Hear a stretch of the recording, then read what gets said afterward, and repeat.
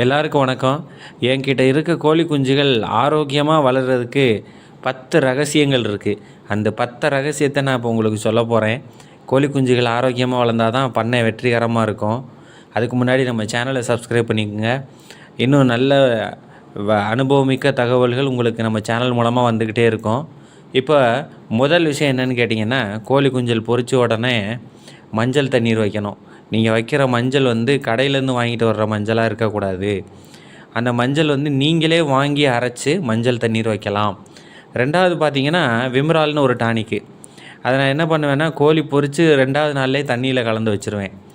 இப்படி நீங்கள் ஒரு 3 நாளைக்கு ஒருக்க, 2 நாளைக்கு ஒருக்க இந்த விம்ரால் டானிக்கை 1 லிட்டருக்கு ஒரு 0.5 ml இல்லை 1 ml இப்படி கலந்து வச்சிட்டிங்கன்னா அந்த கோழி குஞ்சுகள் ஆரோக்கியமாக வளரும். 3வது விஷயம் என்னென்னு கேட்டிங்கன்னா, ப்ரூடிங். அதாவது என்னதான் கோழி 1 மாதம் ஆனாலும் 1.5 மாதம் ஆனாலும் நீங்கள் அது கோழியோட கூட்டில் அட்லீஸ்ட் ஒரு 30 வாட்ஸு இல்லை ஒரு 60 வாட்ஸு பல்பை போட்டு நீங்கள் அந்த ப்ரூடிங்க்கு நைட் டைம் மட்டும் 25 days compulsory day and night அது எரிஞ்சு தான் ஆகணும் ப்ரூடிங்கு லைட்டு. அதே மாதிரி ஒரு 25 வாட்ஸ் ஒரு குண்டு பல்பு, அதோட ஒரு 60 வாட்ஸ் பல்பு ஒரு குண்டு பல்பு ஒரு ஓரத்தில் நைட்டு மட்டும் எரியிற மாதிரி வச்சுக்கிட்டிங்கன்னா அதுக்கு இந்த சளி தொல்லைகள் இருக்காது கோழிக்கு.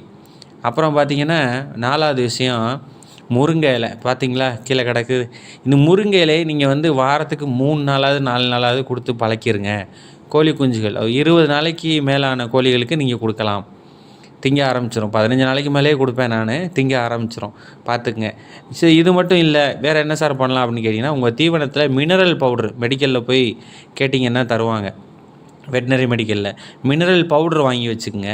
அந்த மினரல் பவுடரை ஒரு 1/4 ஸ்பூன், நீங்கள் எந்த தீவனம் கொடுத்தாலும் சரி ஒரு 1/4 ஸ்பூன் அந்த பவுடரை அதில் கலந்து கொடுத்தீங்கன்னா நல்ல ஆரோக்கியமாக இருக்கும். கம்பெனி ஃபீடுங்க, அதாவது கோழிக்கு கம்பெனி தீவனம்னே விற்கிது. இது பார்த்திங்கன்னா, இதில் நீங்கள் விசேஷமாக பிராய்லர் தீவனம்னு சொல்லி வாங்கினீங்கன்னா அது கிலோ 45 ரூபா வரும். அந்த பிராய்லர் தீவனம் வாங்கினீங்கன்னா க்ரோத் நல்லாயிருக்கும். நீங்கள் ஒரு மாதத்துக்கு அந்த பிராய்லர் ஃபீடு போட்டுட்டு அப்புறம் அடுத்த மாதம் நீங்கள் நாட்டுக்கோழி ஃபீடுக்கு மாறிக்கலாம். இப்படி இருக்கும்போது அந்த கோழிகளோட வளர்ச்சி நல்லா கிடுகிடுன்னு நல்லா வளருது. நல்ல ஒரு வளர்ச்சியை பார்க்க முடியுது. 6வதாக பார்த்தீங்கன்னா, அப்புறம் பார்த்தீங்கன்னா 7வது என்ன பண்ணுவேன்னு கேட்டிங்கன்னா, நீங்கள் கோழி குஞ்சு பொரித்து 7 நாள் ஆயிடுச்சுனாலே F1ன்னு ஒரு தடுப்பூசி, அது யார் வேணால் போடலாம். அது நீங்கள் என்ன பண்ண போகிறீங்கன்னா, 2யும் மிக்ஸ் பண்ணி அவங்க மெடிக்கல்லே சொல்லி கொடுத்துருவாங்க என்ன பண்ணணுன்னு. நீங்கள் அதை கண்ணில் ஒரு சொட்டு விட்டுறணும், வேறு ஒன்றும் கிடையாது. அது கண்ணில் ஒரு சொட்டு விட்டிங்கன்னா நல்லா ஆக்டிவாக கோழி குஞ்சுகள் இருக்கும். F1 தடுப்பூசி இதை போட்டிங்கனாலே இந்த சளி இந்த மாதிரி பிரச்சனைகளில் அது சாகிறது நீங்கள் தவிர்க்கலாம்.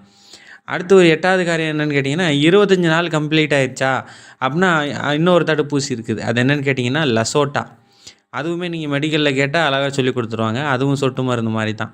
இந்த லசோட்டா 25 நாள் ஆயிடுச்சுன்னா எல்லா கோழிகளுக்குமே நீங்கள் போடலாம். பெரிய கோழிகளுக்கு ஒரு 2 சொட்டு கண்ணில் ஊற்றி விடலாம். சின்ன குஞ்சுகளுக்கு ஒரு சொட்டு இல்லை ஒரு 2 சொட்டே கண்ணில் எல்லாத்துக்கும் ஊற்றி விட்டிங்கனாலே இந்த வெள்ளை கழிச்சல், இரத்த கழிச்சல், பச்சை கழிச்சல், இந்த சளி இந்த மாதிரி வியாதிகள்லேருந்து முழுமையாக 100% நம்ம கோழிகளை காப்பாற்றிக்கலாம். இந்த தடுப்பூசி பேர் லசோட்டா.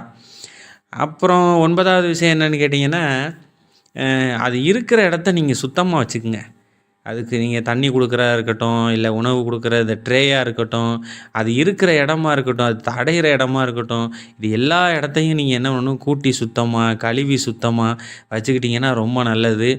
10வது ஒரு காரியம், வியாதி வந்துருச்சு இல்லை வியாதி வர்ற மாதிரி இருக்குது, வியாதி வரக்கூடாதுன்னு நினச்சிங்கன்னா ஒவ்வொரு நாளும் தண்ணியில் இந்த விம்ரால் மட்டும் கிடையாது, துளசி இலை கலந்து வைங்க.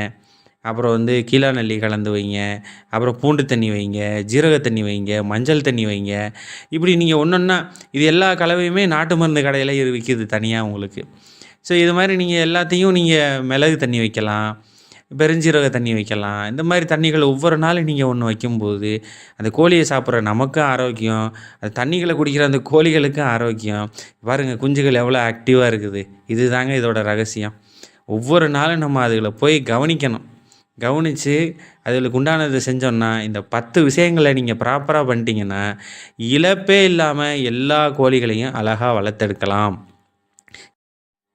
இது மாதிரி பயனுள்ள தகவல்களை நீங்கள் தெரிஞ்சுக்கணும்னு நினச்சிங்கன்னா நம்ம சேனலை சப்ஸ்கிரைப் பண்ணுங்கள். கருங்கோழி குஞ்சுகளும் சேலுக்கு இருக்குது. நம்ம சேனல்லே நம்ம கான்டாக்ட் நம்பர் இருக்குது. மற்ற வீடியோ பார்த்து தெரிஞ்சுக்கங்க. தயவு செஞ்சு சப்ஸ்கிரைப் பண்ணுங்கள், ஆதரவு கொடுங்க.